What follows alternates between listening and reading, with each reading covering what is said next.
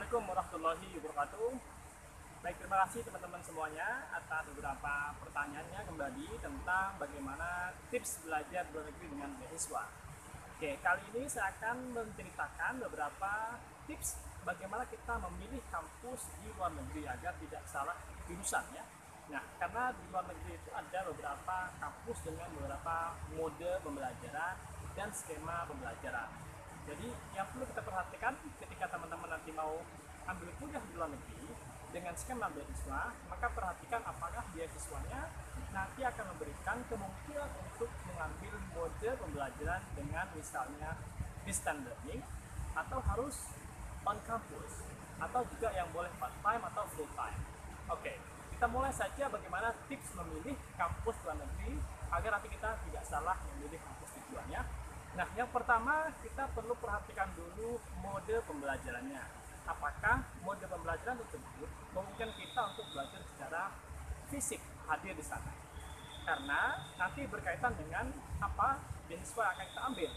Kalau misalnya beasiswanya tidak memungkinkan untuk kita mengambil studi dengan distance learning, maka kita perlu mengambil mode studi yang fisikal yang ada di sana. Kita harus hadir ke negeri tujuan dan kampus tujuan. Yang kedua, kalau udah tahu modenya maka lihat apakah dia memperbolehkan untuk full time atau part time. Ada beberapa kampus yang dia hanya menawarkan part time saja misalnya atau distance learning saja.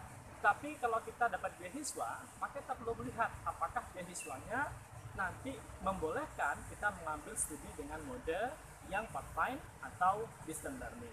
Nah, dua hal ini penting untuk kita pahami bersama sebelum kita memilih kampus. Nanti kita sudah memilih kampus ternyata tidak direkomendasikan oleh pemberi beasiswa.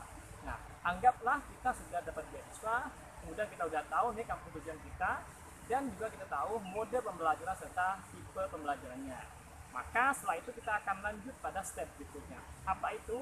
Yang pertama, di pemberi kampus kita perlu melihat rankingnya.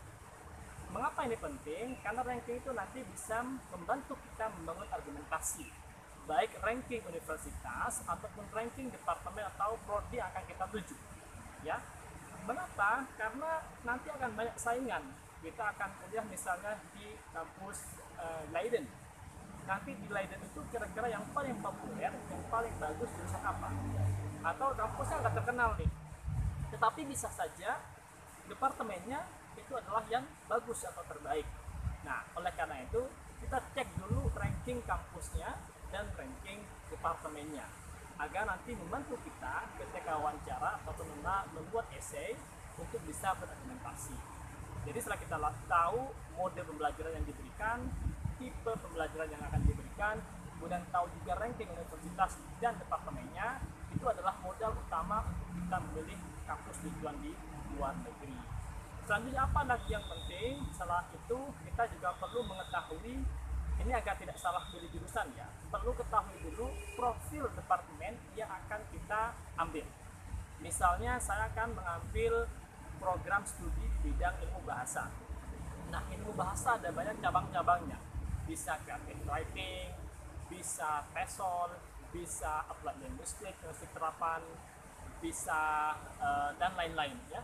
Nah, oleh karena itu kita perlu menyikapi, perlu memilih departemen yang kira-kira sesuai dengan interest kita.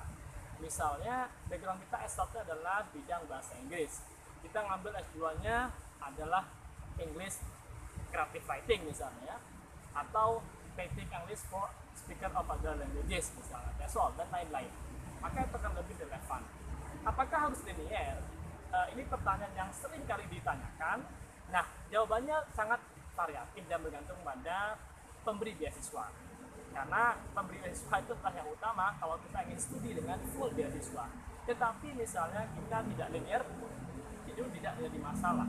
Asalkan kita bisa membangun argumentasi. Intinya, apakah kampus kita, departemen kita akan relevan dengan program yang akan kita jalankan setelah selesai studi.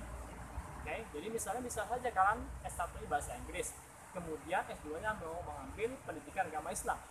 Bisa saja, tetapi perlu membangun argumentasi yang lebih kuat daripada yang sudah serumpun ya.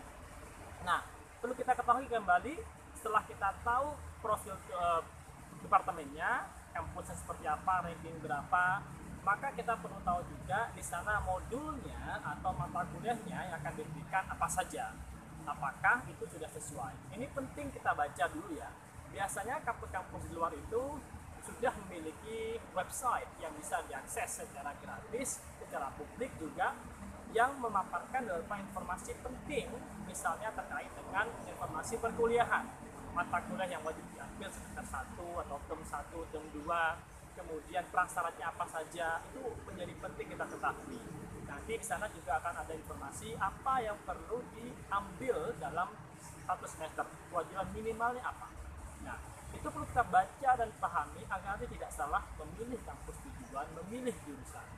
Karena tidak sedikit kita yang sudah menggebu-gebu ingin kuliah ke luar negeri, ternyata setelah kita ke sana menderita karena tidak paham dengan mata kuliah yang kita ambil.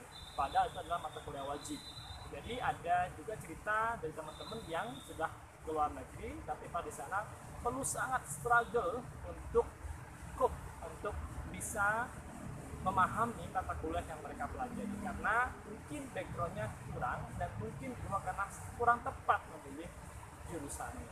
Sehingga informasi sebelum kita berangkat itu perlu kita persiapkan dengan membaca profil kampus, membaca profil departemen, melihat rankingnya, kemudian mode pembelajarannya dan tipe pembelajarannya. Itu penting sekali untuk kita persiapkan nanti agar kita bisa mempersiapkan juga ketika ingin wawancara atau dalam masuk tahapan wawancara. Nah, itu beberapa tips yang bisa saya berikan bagi teman-teman yang ingin lanjut studi. Semoga lancar dan sukses.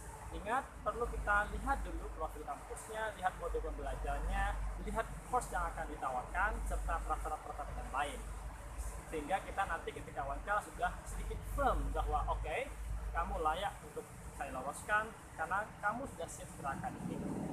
Ingat, siap secara akademik itu paling tidak bisa dibuktikan atau dinilai dari seberapa paham kita tentang prodi yang akan kita ambil, prasyarat, mata kuliah, dan lain-lain. Termasuk misalnya ada siapa tokoh yang ada di sana. Oke, thank you and good luck. Semoga lancar studinya, semoga lancar proses beasiswanya, dan bisa meraih mimpinya untuk bisa mengenyam pendidikan di kampus terbaik di luar negeri maupun di Indonesia. Thank you. Assalamualaikum warahmatullahi wabarakatuh.